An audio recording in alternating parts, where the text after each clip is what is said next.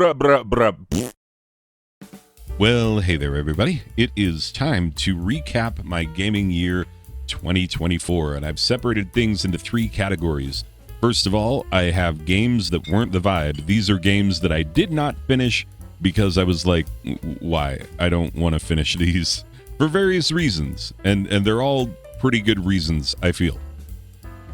Then I have the Your Mileage May Vary games, which, you might enjoy them, you might not, depends on your taste. And then the final category, which is the largest category, thank goodness, is the I absolutely recommend that you play these games. So let's start with the games that weren't the vibe. First up, Atelier Ryza, Ever Darkness, and the Secret Hideout. Oh boy, this game brings it with the fan service because, they were like, hey, what if we make another one of those umpteen bajillion Atelier games that we make, except for the protagonist of this one needs to be thick in the thighs and in the booty, and also needs to have boobages that are gravity defying in ways that make them seem absurd, and like they might put someone's eye out or something. Anyway, I don't if fan service is fine if the game is good, but I just did not enjoy this game. It felt like an endless supply of fetch quests, and the times when you actually battle monsters and stuff, it's repetitive, and it's not that fun. It's not that fun. I like me a grindy RPG. This one was just, hey, do you want to do a fetch quest for this random person? How about you do a fetch quest for this random person? And it just never ends. And no amount of gravity-defying bosom and thick thighs could make that better. It just couldn't. The game has to be good, and it wasn't good, and so there you go. Dust and Elysian Tale.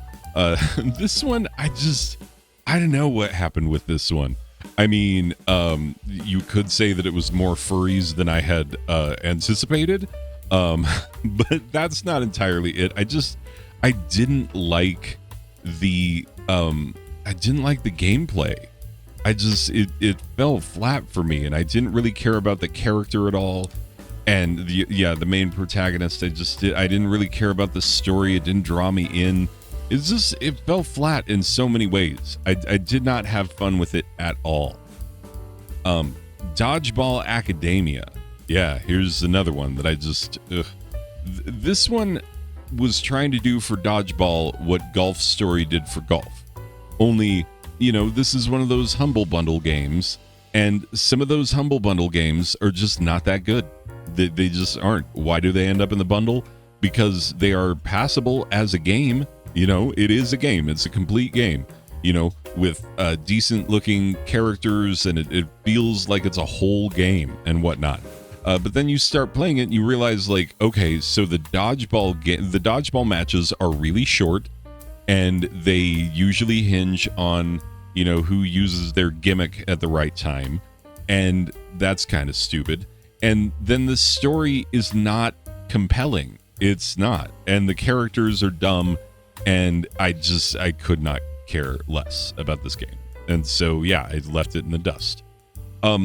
Last but not least is one that I'm actually sad about, and that is Morrowind, because I really enjoyed Morrowind at first. But then it really started to bother me how inconvenient everything was. And then, I had a whole bunch of grading that I had to get through, and so I had to put it on the shelf for a while. When I came back to it, I was like, wait, where am I?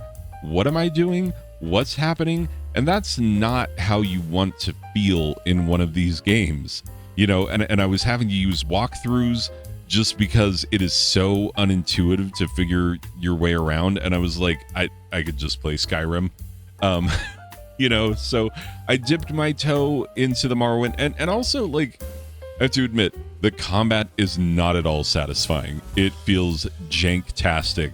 And at first I was like, oh, this is hilarious. But after many hours of playing it that way, you just kind of are like, what am I doing? Yeah, so I left Morrowind by the wayside and decided I wouldn't finish it, and decided that I am okay as a person with not completing that one. Now, your mileage may vary on the following games. I enjoyed them. I enjoyed every single one of these, but your mileage may vary. First of all is Super Mega Baseball 3. It is the best baseball game that you can get on Steam, but that's because all of the big, like, EA Sports, it's in the game, you know, all of those. EA is not Steam, and so you're not going to get all of the officially licensed stuff. And so, very much like Super Blood Hockey, it's not the actual teams and players and whatnot, and you just got to kind of deal with that. But it was fun. I had a good time with it. It's a fun baseball game. It's got good bones. Ultra Space Battle Brawl is Pong, essentially, but it's a little more involved in that. You got all these crazy characters and wild levels and whatnot. But the game is exceptionally short. It's really, really short. So, yeah, it was not... I won't say it wasn't satisfying, but it didn't completely thrill me with how short it was. And normally, I like a good short game, but I beat this whole thing in like an hour. So that's really short. That's really way too short. Super Mario Bros. 2.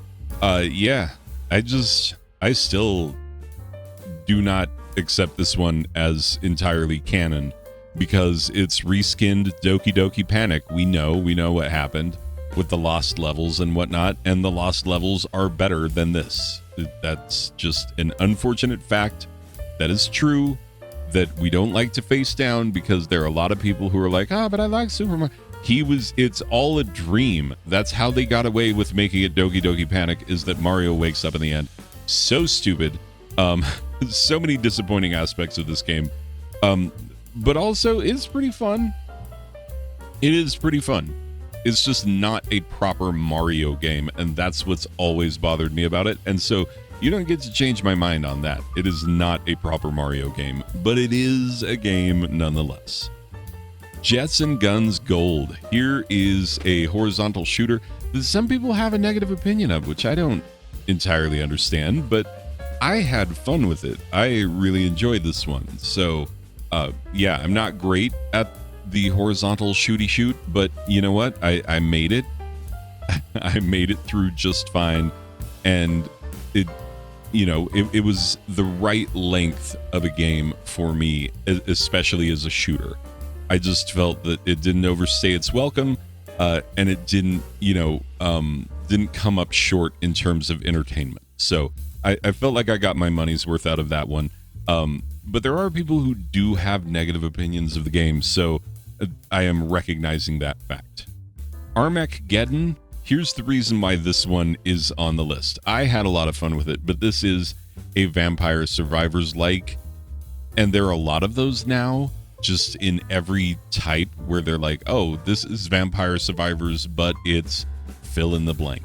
You know, cute anime girls, it's soccer players, it's giant fighting robots, Anyway, Armageddon is the giant fighting robots version of Vampire Survivors, and I like it. I like it just fine.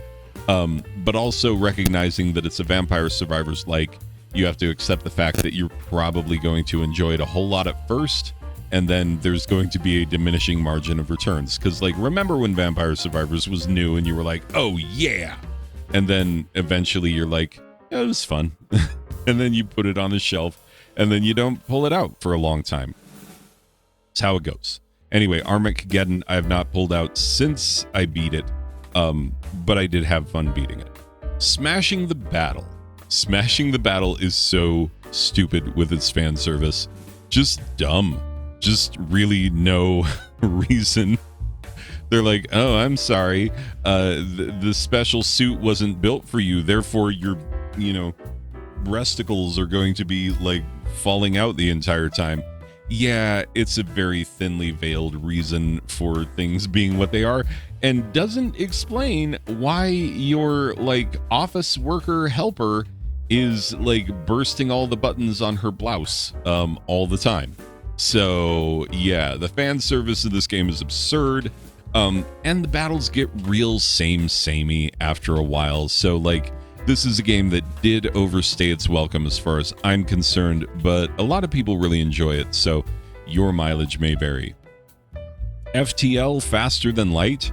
This is a personal preference on this one because it's crew management. It is a roguelike space exploration and adventure and a lot of combat type game. But yeah, it's ultimately all about building up your crew and training them in the right way and getting them to be very good in the stations where you need them to work so that your ship can remain functioning while under enemy fire and enemy, boarding and attack and whatnot. So yeah, it's a really cool, really fun game, but I have also recognized that not everybody agrees with that assessment. So again, your mileage may vary. I really enjoyed it. I had a really fun time making my way across the galaxy in FTL. So good time for me. Now we come to the absolutely recommend. First up, Hollow Knight. Absolutely, with a bullet. Come on.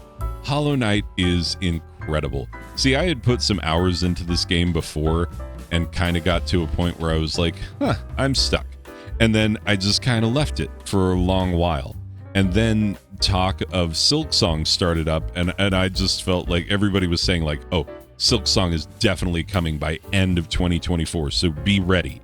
And here we are, end of 2024, and the release date is not even announced yet.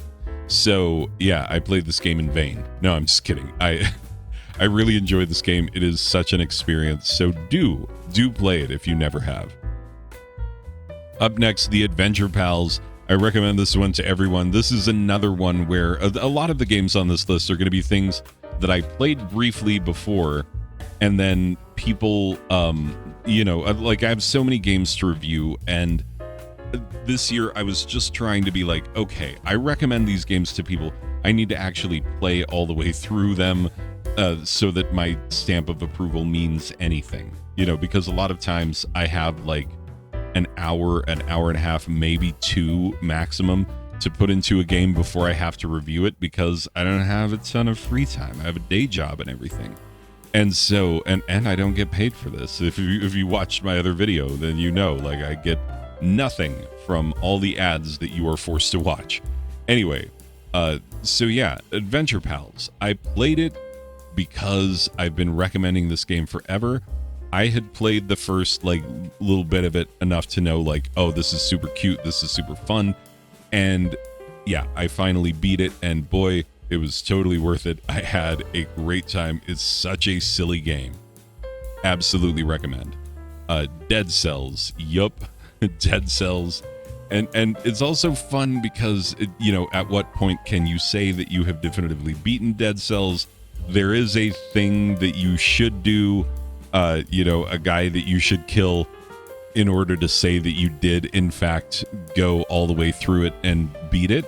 But there's also DLC and whatnot, and you determine how far you have to make it in order to say that you completed the game.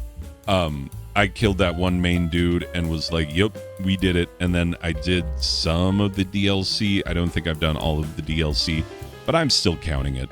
I had a lot of fun with this game. I'm not done with it by any stretch of the imagination. I will fall back in with it at some point. It is such a great game. Castle Crashers.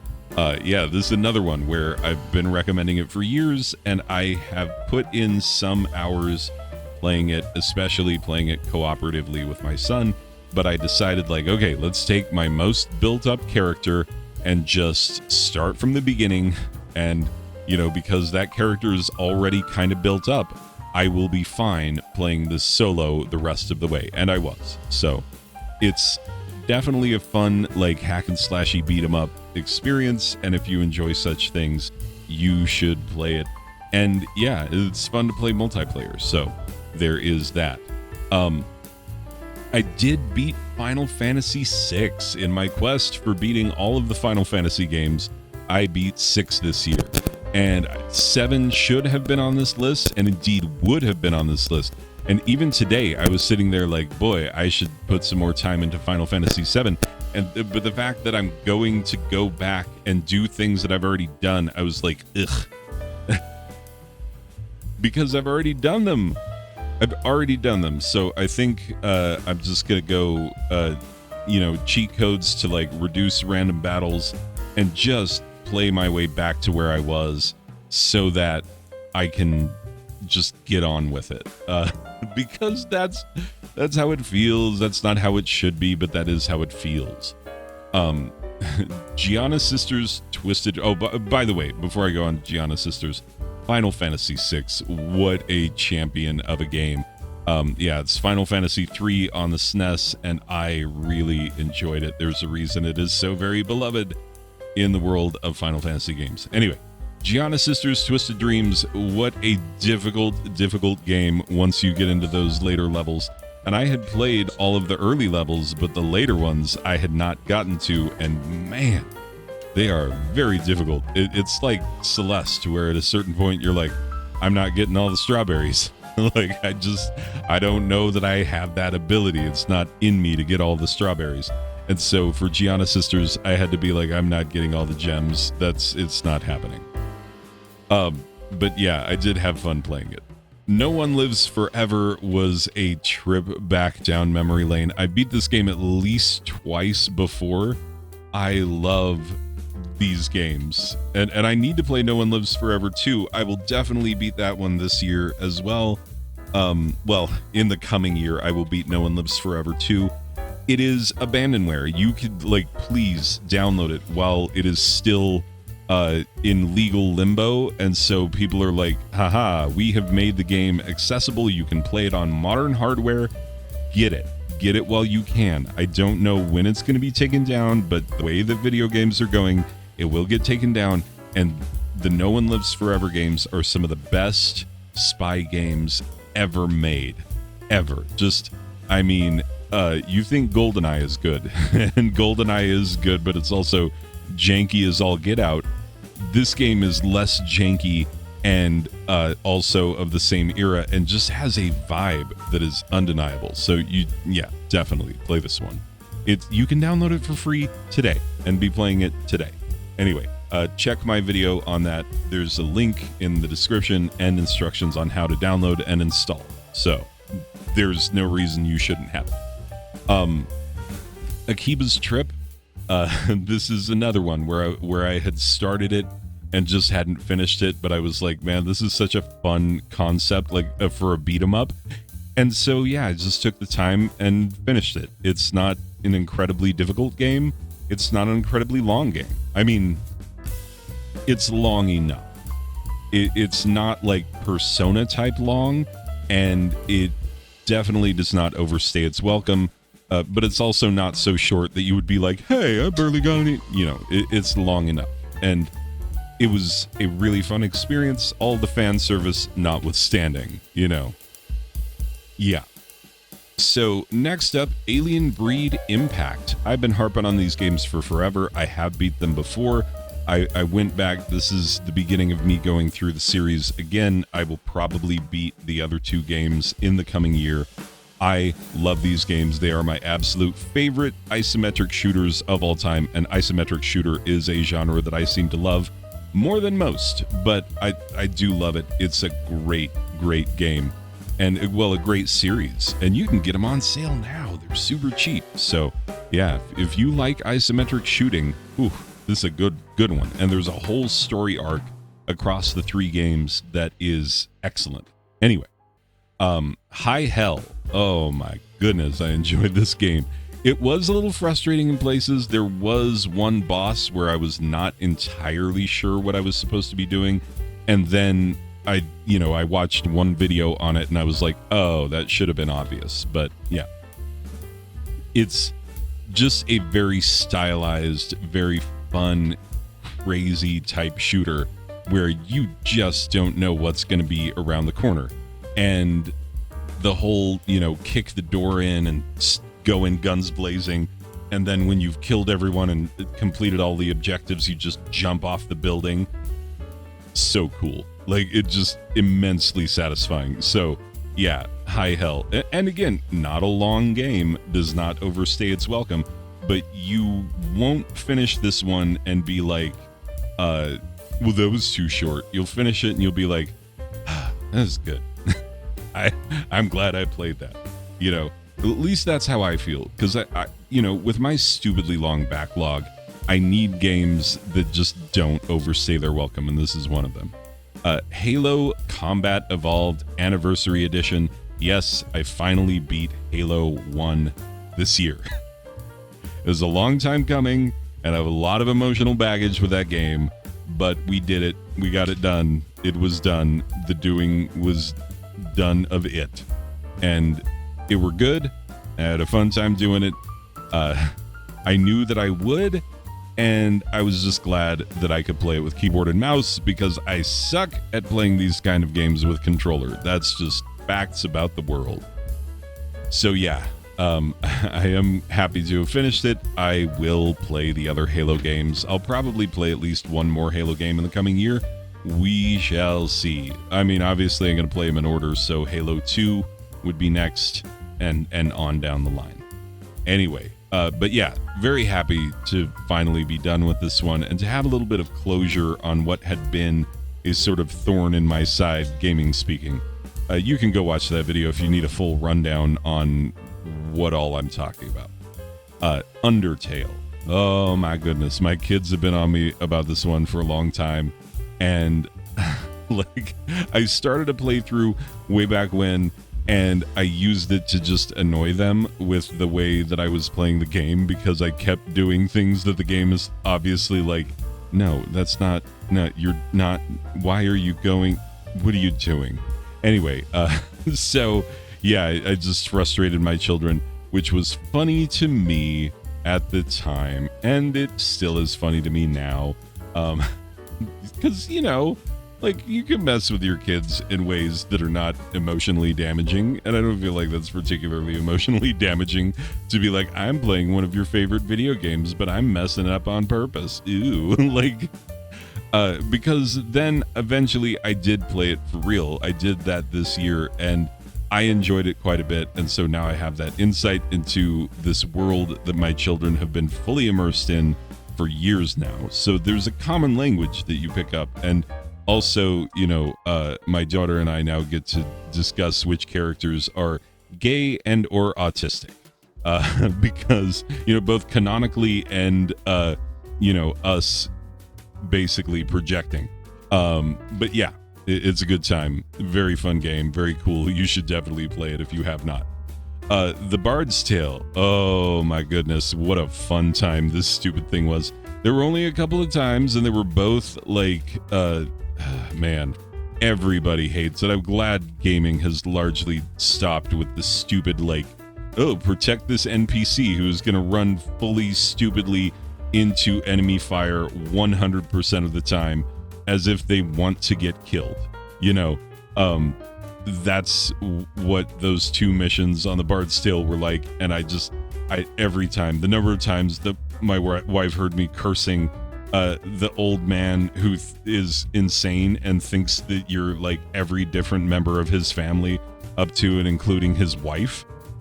Yeah, it's a crazy thing, and it's supposed to be funny, but it's really frustrating because he keeps dying, and he would die right before checkpoints and stuff, and so like, it was very frustrating in those parts, but everything else was hilarious and fun and funny, and that's great. And I love the ending of the game, honestly. I really, really did. Anyway, and last but not least, I finished Fallout 3. I'm counting it. I started playing the DLC, and then I was like, why? Because the DLC it's just mopping up, It's just mopping up after you've won your major victory and after you have improved the entire world. And so, why? I just don't feel the urge to keep going and keep fighting guys where it's like, I totally defeated your leader. Why are you still fighting? I defeated your leader. I, basically counteracted the entire thing that you were trying to do. And I've shown that your leader is a fake and a fraud, and you're still fighting? Why? Anyway, so yeah, I at a certain point, so for the DLC, you could put that in the games that weren't the vibe, because the DLC, I was like, meh. But the rest of the game, I was very much on board. Anyway, people, those are the games that I played in 2024, and I had me a blast. And it was great fun keeping track of all this stuff and, being impressed by my own growing list. So yeah, we're going to keep it up. We're going to see if we can't do even more games next year. Anyway, feel free to share the games that you finished this year. I'm not one of those guys who's like, comments and you comment on the thing, but I do enjoy engaging with y'all. So if you want to comment, please do. Don't feel obligated, obviously, but if you want to share. I'm curious to know. Anyway, people, thanks for being here for this one. I will see you in the next one. Okay, bye.